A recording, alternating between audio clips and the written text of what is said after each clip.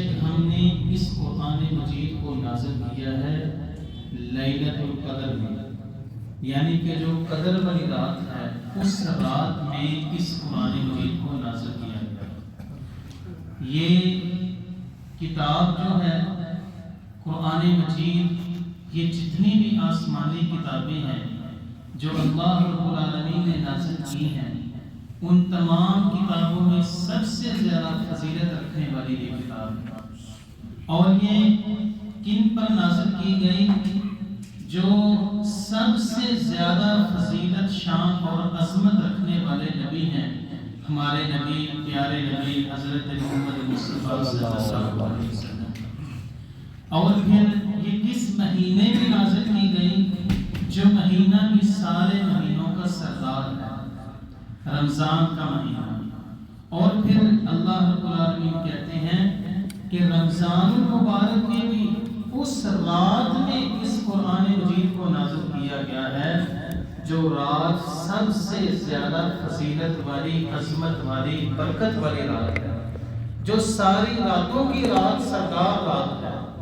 اس رات میں اس قرآن مجید کو نازل کیا گیا ہے۔ وہ کون سی رات ہے؟ لیلۃ القدر والی رات، کہ اللہ رب العالمین فرماتے ہیں اِنَّا أَنزَلْنَاهُ فِي لَيْلَةِ الْقَدْرِ، کہ اے نبی ہم نے بے شک اس قرآن کو نازل کیا ہے قدر والی، لیلۃ القدر والی رات ہے۔ وَمَا أَدْرَاكَ مَا لَيْلَةُ الْقَدْرِ، اور اے نبی آپ نہیں جانتے ہیں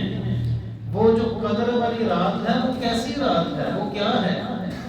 پھر مزید اللہ رب العالمین خود ہی آگے اس رات کی وضاحت فرماتے ہیں کہ لیلۃ القدر خیر من الف شہر، وہ قدر والی رات جو ہے نا وہ اتنی بڑی عظمت والی، افضل رات ہے، برکت والی رات ہے کہ اللہ رب العالمین فرماتے ہیں کہ اس رات کی عبادت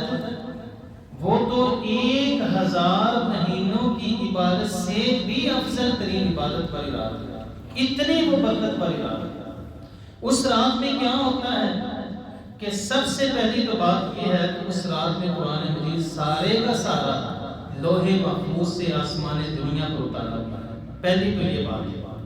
اور دوسری بات یہ ہے کہ اس رات میں جیسے کہ اللہ رب العالمین فرماتے ہیں کہ تنزل الملائکۃ والروح فیہا بإذن ربہم من کل امر سلام، کہ اس رات میں فرشتوں کا نزول ہوتا ہے آسمان سے دنیا میں، یعنی جو اللہ رب العالمین کی رحمت پھیلانے والے فرشتے ہیں اور اللہ رب العالمین کی طرف سے لوگوں پر برکتوں کو نازل کرنے والے فرشتے ہیں، ان فرشتوں کا نزول ہوتا ہے۔ اور پھر اس رات میں تیسری سب سے اہم بات یہ ہے کہ اس رات میں فرشتوں کے سردار حضرت جبریل امین علیہ السلام کا بھی دنیا میں نزول ہوتا ہے۔ چوتھی جو بات ہے وہ یہ ہے کہ اس رات میں ساری دنیا میں جتنے بھی معاملات ایک سال کے لیے، آئندہ سال کے لیے جو معاملات ہونے والے ہوتے ہیں، اللہ رب العالمین اس رات میں ان سارے معاملات کے فیصلے کر دیتے ہیں، اور وہ فیصلے کر کے فرشتوں کے سپرد کر دیتے ہیں۔ یعنی کہ کس طرح کے فیصلے؟ موت و حیات کے فیصلے، وسائل زندگی کے فیصلے، مسائل زندگی کے فیصلے، جو بھی معاملات ایک سال کے لیے ہونے ہوتے ہیں، اللہ رب العالمین اس رات میں فیصلہ کر کے، حکم کر کے فرشتوں کے لیے ایک سال کی ڈیوٹیاں لگا دیتے ہیں، وہ ان معاملات کو پورا کرتے ہیں۔ جیسا کہ اللہ فرماتے ہیں کہ تنزل الملائکۃ والروح فیہا بإذن ربہم من کل امر، کہ وہ فرشتے اور روح امین حضرت جبریل امین علیہ السلام نازل ہوتے ہیں اس رات میں، ہر معاملے کو حل کرنے کے لیے جو اللہ رب العالمین ڈیوٹی لگاتے ہیں نا، اس کے ساتھ وہ فیصلہ کر دیا جاتا ہے۔ تو سلام ہی حتی مطلع الفجر، کہ وہ فرشتے سلامتی کے ساتھ، سکون کے ساتھ اور سکینت کے ساتھ وہ پوری کی پوری رات زمین پر نازل ہوتے ہیں، اور پھر نازل ہونے کے بعد وہ واپس کب جاتے ہیں؟ جب تک کہ فجر کی اذان نہیں ہو جاتی۔ تو نبی صلی اللہ علیہ وسلم نے صحابہ کرام کو کہا کہ اے میرے ساتھیوں، وہ رمضان المبارک کا جو آخری عشرہ ہے، اس آخری عشرے میں جو 5 راتیں ہیں جن کو ہم طاق راتوں سے جانتے ہیں، 21ویں رات، 23ویں رات اور 25ویں رات، 27ویں رات، 29ویں رات، نبی صلی اللہ علیہ وسلم نے فرمایا اے میرے ساتھیوں، ان 5 راتوں میں آپ عبادت کر کے اپنے ساتھیوں کو کہا کہ اس قدر والی رات کو، لیلۃ القدر کو تلاش کرو، ان 5 راتوں میں۔ اور حضرت عائشہ رضی اللہ تعالیٰ عنہ فرماتی ہیں کہ نبی صلی اللہ علیہ وسلم نے جب ہمیں یہ بتلایا کہ 5 راتوں میں زیادہ سے زیادہ کثرت کے ساتھ عبادت کر کے اللہ رب العالمین سے اجر کو حاصل کر لو اور لیلۃ القدر کو تلاش کر لو، حاصل کر لو، تاکہ اس کا فائدہ کیا ہوگا کہ وہ 1000 مہینے سے بھی زیادہ فضیلت والی وہ رات ہے۔ تو جس نے اس رات کو پا لیا، گویا کہ اس نے 1000 مہینے سے بھی زیادہ اللہ کی عبادت کی۔ جس نے اس رات 100 روپیہ اللہ کے راستے میں خرچ کر دیا، اس کے لیے ایسا ہے جیسے اس نے 1000 مہینے کی ہر رات 100 روپیہ اللہ کے راہ میں خرچ کیا۔ جس نے ایک مرتبہ اس رات سبحان اللہ پڑھ دیا، الحمدللہ پڑھ دیا، لا الہ الا اللہ پڑھ دیا، اللہ اکبر پڑھ دیا، کوئی بھی کلمہ ذکر اذکار والا پڑھ دیا، اس کے لیے ایسا لکھ دیا جائے گا جیسا کہ اس نے اللہ رب العالمین کی عبادت 1000 مہینے کی ہر رات میں یہ اس طرح ذکر کیا ہے۔ وہ آدمی جب اس رات ایک قرآن مجید کا رکوع پڑھ لے گا، ایک سورت پڑھ لے گا، ایک سپارہ پڑھ لے گا، 5 پارے پڑھ لے گا، اس کے لیے ایسا ہی لکھا جائے گا کہ جیسے اس نے 1000 مہینے کی ہر رات یہ عمل کیا ہے۔ جو اس رات صرف 2 رکعت ہی نفل ادا کر دے گا، اس کے لیے ایسا ہے جیسے اس نے 1000 مہینے کی ہر رات اللہ رب العالمین کے سامنے کھڑے ہو کر اس نے 2 رکعت نفل ادا کیے ہیں۔ کوئی بھی عبادت کی جائے گی تو وہ ایسے ہی لکھی جائے گی، اتنی وہ قدر والی، برکت والی، فضیلت والی رات ہے۔ پھر نبی صلی اللہ علیہ وسلم نے فرمایا اے عائشہ، اگر تو اس رات کو پا لے تو سب سے زیادہ تو اس رات اللہ رب العالمین سے معافی کا سوال کرنا، اللہ سے مغفرت کا، بخشش کا سوال کرنا۔ اور پھر آپ صلی اللہ علیہ وسلم نے 7 دعا بھی بتلا دی، سکھلا دی۔ اللہم انک عفو تحب العفو فاعف عنا۔ اس کا مفہوم یہ ہے کہ اللہ تو معافی دینے والا ہے، معاف کرنے کو پسند کرتا ہے، میں تجھ سے معافی کا سوال کرتا ہوں، اللہ مجھے معاف فرما دے، میرے گناہ مجھ سے معاف فرما دے، میرے برے اعمال جتنے بھی ہو چکے ہیں اے اللہ تو ان کو معاف فرما دے اور میری نیکیوں کو اپنے بارگاہ میں قبول و منظور فرما دے۔ تو یہ وہ رات ہے قدر والی۔ اس کے متعلق پھر اللہ رب العالمین ایک اور صورت میں جو فرماتے ہیں، 1-2 آیات میں آپ کو سامنے بیان کر کے بات کو ختم کروں گا۔ اللہ فرماتے ہیں حامیم انا انزلناہ قرآنا انا انزلناہ فی لیلۃ مبارکۃ انا کنا منذرین۔ اللہ رب العالمین فرماتے ہیں کہ حامیم والکتاب المبین، مجھے قسم ہے اس کتاب کی جو واضح اللہ رب العالمین کی طرف سے نازل شدہ کتاب ہے۔ یہ کتاب کب نازل کی گئی ہے؟ انا انزلناہ، بے شک ہم نے نازل کیا ہے اس کتاب کو، فی لیلۃ مبارکۃ، ایک ایسی برکت والی رات میں کہ جو اللہ رب العالمین کی طرف سے خاص برکت اس رات میں رکھی گئی ہے، اس رات میں اس کتاب کو نازل کیا گیا ہے۔ یعنی کہ وہ برکت والی رات کون سی ہے؟ وہی جو رمضان المبارک والی رات ہے، جس کے وہ لیلۃ القدر اللہ رب العالمین نے قرار دیا ہے۔ تو فرمایا کہ انا کنا منذرین، ہم نے اس قرآن کو جو نازل کیا ہے اس لیے نازل کیا ہے کہ انا کنا منذرین، تاکہ اس کی آیات کے ذریعے سے، اس کی نصیحتوں کے ذریعے سے ہم لوگوں کو ڈرا دے جہنم کی آگ سے، اللہ کی پکڑ سے۔ پھر فرمایا کہ فیہا یفرق کل امر حکیم، اس رات میں ہر ایک مضبوط کام کا فیصلہ کیا جاتا ہے، ہر ایک چیز کا فیصلہ کر دیا جاتا ہے 1 سال کے لیے۔ یعنی کہ 1 سال کے لیے جتنے لوگوں نے دنیا سے وفات پا کر اللہ کی طرف واپس چلے جانا ہے، ان کا اللہ رب العالمین فیصلہ کر دیتے ہیں۔ اور اسی طرح جن کی زندگی بڑھانی ہے اللہ رب العالمین ان کی زندگی کو بھی بڑھا دیتے ہیں اور یہ فیصلہ وہ حکم کر دیتے ہیں۔ اسی طرح کسی کا رزق کشادہ کرنا ہے تو اللہ رب العالمین اس کے حوالے سے بھی بتا دیتے ہیں۔ اسی طرح صحت ہے، بیماری ہے، شفا ہے، جتنے بھی معاملات ہیں دنیا کے، اللہ رب العالمین اس برکت والی رات میں فیصلہ حکم دے کر فرشتوں کے سپرد وہ سارے معاملات لگا دیتے ہیں۔ فرمایا امرا من عندنا، یہ جتنے بھی معاملات اور جتنے بھی فیصلے کیے جاتے ہیں یہ کسی اور کی طرف سے نہیں بلکہ امرا من عندنا، بطور حکم یہ ہماری طرف سے کیے جاتے ہیں۔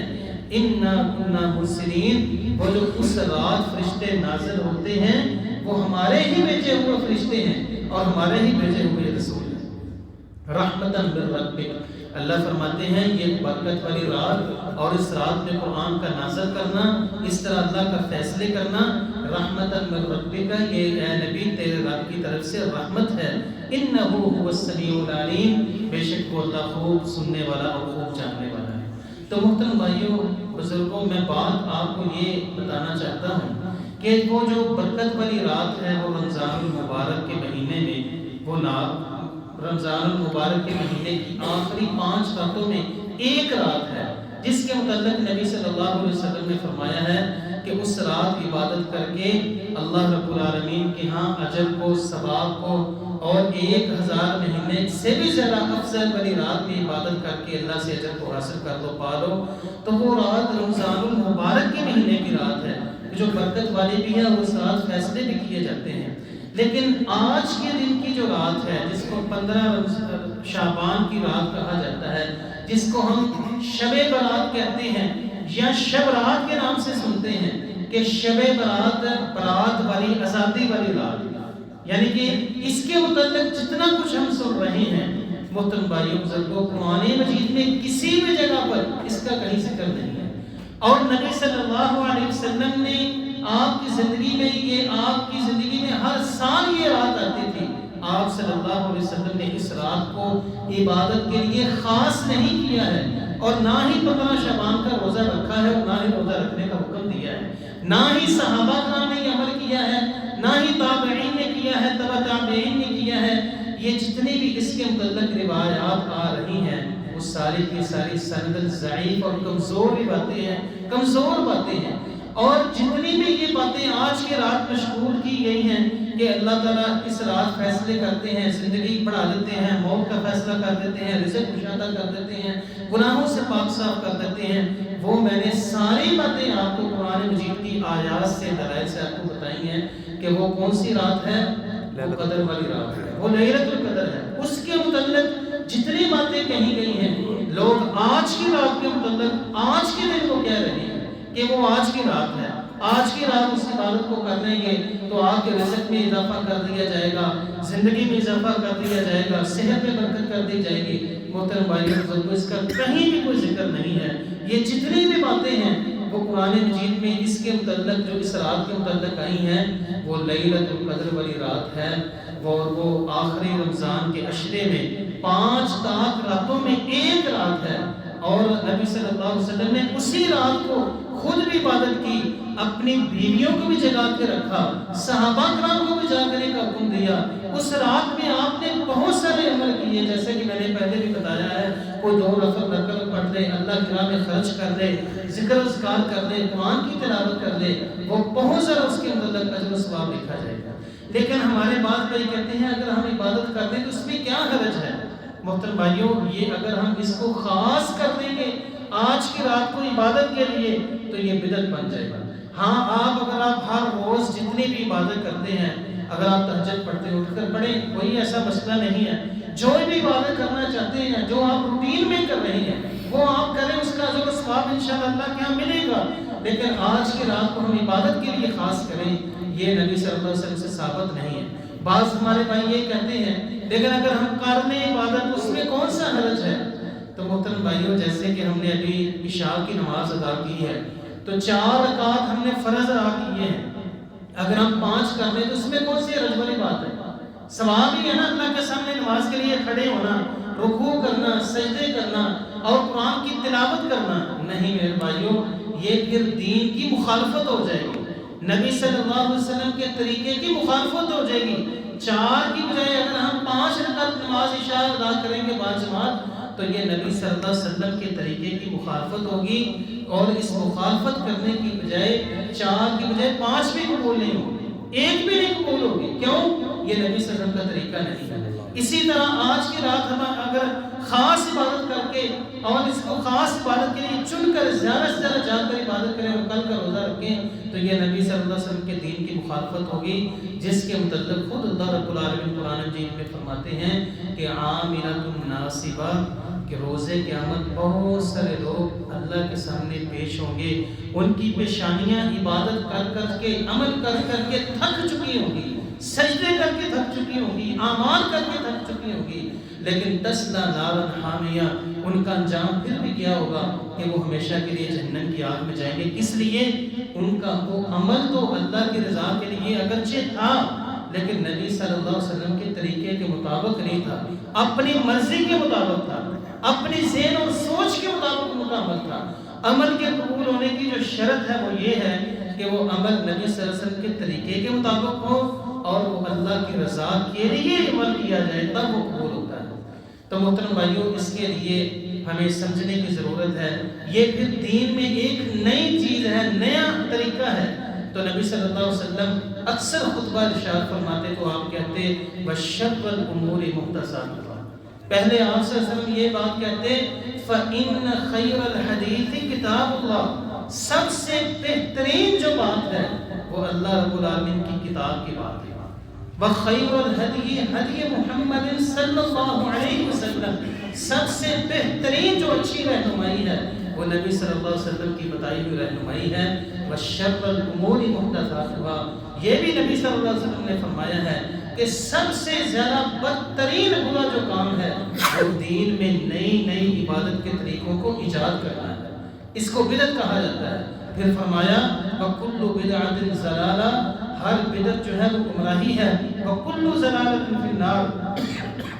اور ہر گمراہی جہنم میں جانے کے لیے کافی ہے۔ تو اللہ رب العالمین ہمیں سمجھنے اور عمل کرنے کی توفیق عطا فرمائے۔ وآخر دعوانا الحمدللہ۔ جزاک